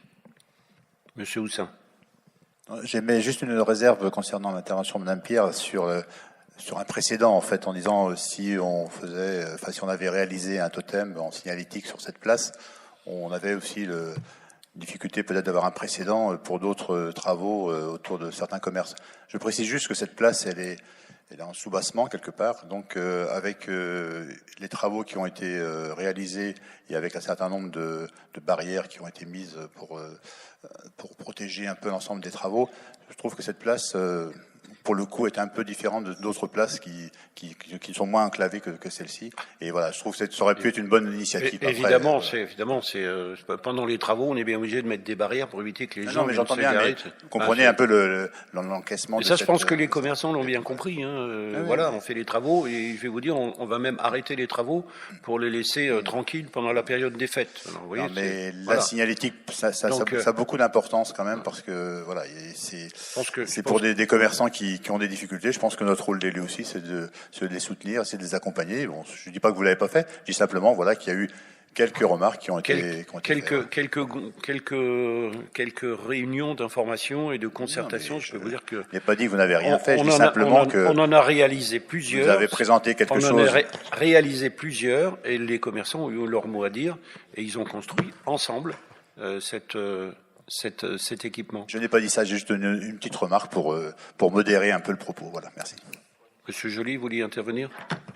Oui, simplement le mot visiblement, c'est un mot un peu qui laisse planer un certain doute. Visiblement, peut-être que quoi. Moi aussi, visiblement, j'ai vu des commerçants avec qui j'ai discuté, puisque je suis aussi usager des commerces de la place de Bretagne. Et visiblement, j'ai vu des gens aussi qui étaient satisfaits, qui disaient, c'est vrai, il y avait des problèmes comme dans tout chantier, mais j'ai posé des questions sur le dialogue entre la métropole, la ville, etc. Et ceux que j'ai vus, globalement, étaient satisfaits. Donc, visiblement, comme vous, je pense qu'on n'a pas dû voir les mêmes commerçants. Sans doute. Alors, Monsieur Leroy voulait intervenir. Oui, une dernière petite information. On a reçu aujourd'hui même une demande des commerçants pour un peu plus de visibilité aussi via les voies de communication. Mais comme on l'a rappelé en début aussi de conseil municipal, on a des choses à respecter en termes de réserve électorale. Donc on va voir ce qu'on peut faire, mais évidemment, on va essayer de répondre favorablement. Merci, Monsieur Raveau. Oui, en dehors de petites nuisances, de travaux, effectivement, il faut bien que les travaux se fassent. On va quand même rajouter un petit bonus. C'est dire que vous qui êtes tous, comme nous d'ailleurs, préoccupés par la tranquillité publique et la sécurité, sachez qu'on a profité des travaux pour prévoir un câblage qui permettra d'installer, comme on l'avait annoncé, une vidéoprotection sur l'espace public. Voilà. Merci. Il n'y a plus de questions. Je vais passer au vote de Délibération. Qui vote contre? Qui s'abstient? La proposition est adoptée à l'unanimité. Je vous en remercie. Nous passons à l'aménagement maintenant, enfin toujours l'aménagement, pardon, et la régularisation foncière de la piste cyclable du bois du Vert-Buisson. Madame Pinard. Alors, dans le cadre d'un projet immobilier, il s'agit d'une maison de santé sur la parcelle CI 7 rue de Gavrinis, appartenant à la SCI de la ferme. Il a été constaté que la piste cyclable longeant le bois du Vert-Buisson empiète sur la propriété. Afin de mettre en cohérence cette situation de fait, il est proposé de régulariser par une acquisition par la ville de l'emprise correspondant à la piste cyclable. Suite à la division de la parcelle CI7, la ville se portera acquéreur de la parcelle CI95 d'une contenance de 57 mètres carrés conformément aux documents d'arpentage joints. La parcelle CI7 étant sous compromis de vente entre la SCI de la ferme et M. Pierre Teglia, et afin de ne pas retarder la mise en œuvre du projet immobilier, la ville acquérera l'emprise de 57 mètres carrés auprès de M. Pierre Teglia ou toute société qui se substituerait à lui lorsque ce dernier sera devenu pleinement propriétaire. Étant ici précisé que l'acquisition de la parcelle CI7 par M. Teglia doit intervenir au plus tard le 1er août 2026. Le prix de l'acquisition est fixé à 0,40 € le mètre carré, soit 22,80 €. Les prix d'acquisition n'est pas soumis à l'avis de la direction de l'immobilier et de l'État. Les frais de géomètre et les frais d'acte seront pris en charge par la ville de Bru. Je vous demanderai de bien vouloir approuver l'acquisition de la parcelle CI95 au prix et conditions fixées, d'autoriser Monsieur le maire ou un adjoint à signer tout document nécessaire à l'exécution de la présente délibération. Merci Madame Pinard. Est-ce qu'il y a des questions par rapport à cette délibération? Pas de questions. Je passe au vote. Qui vote contre? Qui s'abstient? La proposition est adoptée à l'unanimité. Je vous en remercie. Délibération numéro 11 maintenant. L'aménagement encore. La convention de maîtrise d'ouvrage unique entre la ville de Bru et Rennes Métropole pour l'opération d'aménagement du boulevard Pasteur. Tranche 1, Monsieur Delaunay.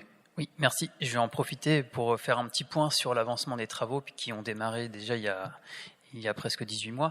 Donc, je rappelle que sur le boulevard Pasteur, tout l'aménagement, tous les réseaux sont à changer. Donc, le gaz et l'électricité ont pu être déjà terminés et ont été faits dans la même tranchée, ce qui est un exploit de réussir à faire travailler Enedis et Gaz de France dans les mêmes tranchées au même moment.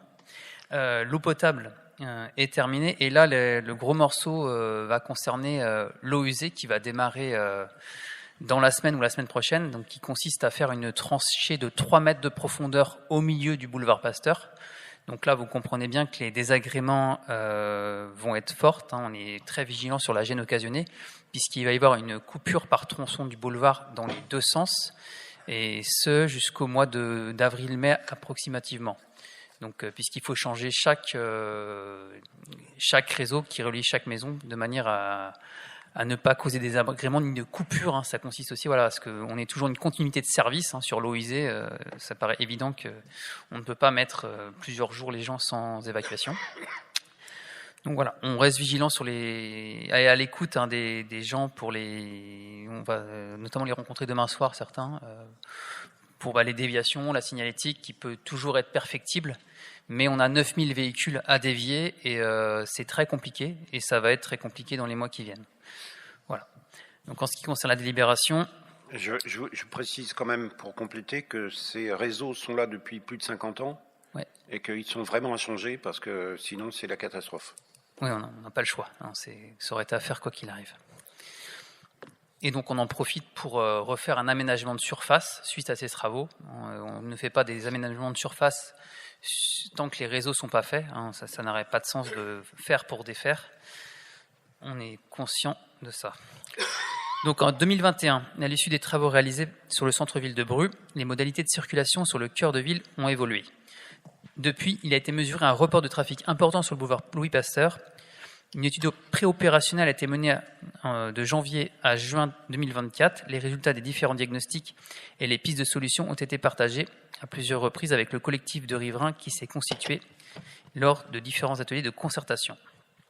Le périmètre initial de l'opération Boulevard Pasteur a été réduit en accord avec la commune de Bru Dans une première tranche sont donc retenues la requalification des carrefours Layé, Mermoz, du Guesclin, la requalification du boulevard Pasteur sur la section comprise entre le carrefour de Layé et la rue du Guesclin, ainsi qu'un aménagement sobre de la section comprise entre le carrefour de Layé et le carrefour de la Noé, afin de faire une piste cyclable.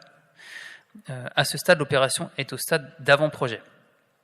La réalisation de cette opération nécessite une intervention à la fois sur les compétences métropolitaines et communales, afin d'assurer une parfaite coordination des interventions des deux collectivités et donc décider, conformément au code de la commande publique, de désigner Rennes Métropole comme maître d'ouvrage unique pour l'aménagement du boulevard Louis Pasteur afin d'assurer la cohérence globale du projet et la coordination des travaux. La présente convention a pour objet de désigner Rennes Métropole en tant que maître d'ouvrage unique à titre temporaire sur les compétences relevant de la commune de Bru dans l'opération d'aménagement du boulevard Pasteur, sur la section comprise entre la route de Layé et la rue du Guesclin et de préciser les modalités d'organisation sur la maîtrise d'ouvrage unique. Toutefois, les plantations des espaces de la section comprise entre rue de la Noé et rue de Layé seront assurées par la commune de Bru directement en dehors de la présente convention. Les travaux relevant de la compétence de Rennes Métropole consistent à aménager la voirie, renouveler le réseau d'eau usée, renouveler le réseau d'éclairage public. Les travaux relevant de la compétence de la commune consistent à aménager les espaces verts, fournir et poser le mobilier de propreté sur l'espace public. Le périmètre de l'opération est présenté sur la carte annexée à la convention. Le calendrier prévisionnel de l'opération est le suivant. Attribution du marché de maîtrise d'œuvre en janvier 2025, validation AVP donc avril 2025, consultation des entreprises premier semestre 2026, travaux qui vont s'étaler de mai 2026 à fin 2028 par tranches qui sont expliquées, on pourra en parler s'il y a besoin en commission. Au stade d'AVP, le coût d'opération est de 3 712 661 € hors taxe, soit 4 455 194 € TTC, mise à jour en avril 2025. L'aménagement à réaliser sous maîtrise d'ouvrage unique de Rennes Métropole portant sur les aménagements de la ville de Bru et faisant l'objet de cette convention est estimé à 162 000 € hors taxe, soit 195 000 € TTC. Valeur d'avril 2025. Ce coût se décompose de la façon suivante. Donc, 4 261 € TTC pour les compétences relevant de Rennes Métropole et de 161 333 € hors taxe, soit 193 600 € TTC pour les compétences relevant de la ville de Bru. La présente convention prendra effet à compter de sa notification et s'achèvera à la remise des ouvrages et régulation des comptes en dépenses et recettes. Je vous demanderai de bien vouloir autoriser Monsieur le maire ou un adjoint à signer la convention de maîtrise d'ouvrage unique pour l'opération d'aménagement du boulevard Pasteur tranche 1, d'autoriser Monsieur le maire ou adjoint à prendre toutes les mesures nécessaires à l'exécution de la présente délibération. Merci Monsieur Delaunay. Est-ce qu'il y a des questions par rapport à cette délibération? Pas de questions. Je passe au vote. Qui vote contre? Qui s'abstient? La proposition est adoptée à l'unanimité. Merci. Donc, nous sautons la délibération numéro 12, qui reviendra donc au Conseil du 15 décembre. Je vais passer maintenant la parole à M. Kermarek pour l'attribution d'une subvention au profit de l'AFM Téléthon. Oui, comme chaque année, la ville souhaite affirmer son soutien à la délégation départementale de l'AMF Téléthon qui œuvre pour faire avancer la recherche médicale et aider les malades, et donc lui attribue une subvention à hauteur de 500 €. Merci, Monsieur Kermarek. Est-ce qu'il y a des questions? Pas de questions. Je passe au vote. Qui vote contre? Qui s'abstient? La proposition est adoptée à l'unanimité. Merci. Nous allons parler de personnel maintenant avec Madame Chevalier, protection sociale complémentaire, mutuelle santé des agents. Je vous laisse la parole, Madame Chevalier. Oui, merci. Donc, ce soir, nous faisons un choix qui engage la collectivité, mais surtout qui respecte les agents. La participation de la ville à la complémentaire santé devient obligatoire au 1er janvier 2026. Le centre de gestion a, lui, bien mené une consultation pour proposer un contrat collectif, et c'était une démarche utile. Mais ces conclusions nous sont parvenues un peu trop tard pour que nous puissions organiser une concertation honnête, sérieuse et respectueuse des agents. Plutôt que de nous précipiter dans un dispositif qui aurait été mal expliqué et potentiellement mal adapté, nous avons fait un choix de responsabilité. Nous optons pour un an de labellisation. Ce choix offre 3 garanties. Chaque agent garde sa liberté, il reste libre de conserver sa mutuelle ou d'en choisir une autre parmi les contrats labellisés. Nous ne forçons pas une solution qui ne serait pas comprise, on ne décide pas d'un contrat collectif sans avoir pris le temps d'écouter les agents. Et nous nous donnons une année pour faire les choses proprement, comparer, analyser et décider ensuite si la ville reste en labellisation ou rejoint la convention de participation du CDG. Mais cette fois avec un vrai temps d'analyse et de dialogue. La participation pour 2026 est fixée comme la loi l'impose, à 15 € par agent et par mois. C'est un premier pas, fait avec sérieux et dans le respect du service public. Ainsi, je vous demanderai d'adopter la labellisation pour 2026, de fixer la participation à 15 € et d'inscrire les crédits correspondants. Merci, Madame Chevalier. Est-ce qu'il y a des questions? Monsieur Saunier. Monsieur le maire, alors visiblement, ça mérite une petite réaction. Visiblement, c'est d'une manière évidente et claire, Monsieur Joly. La labellisation garantit la liberté de choix des agents et nous l'entendons.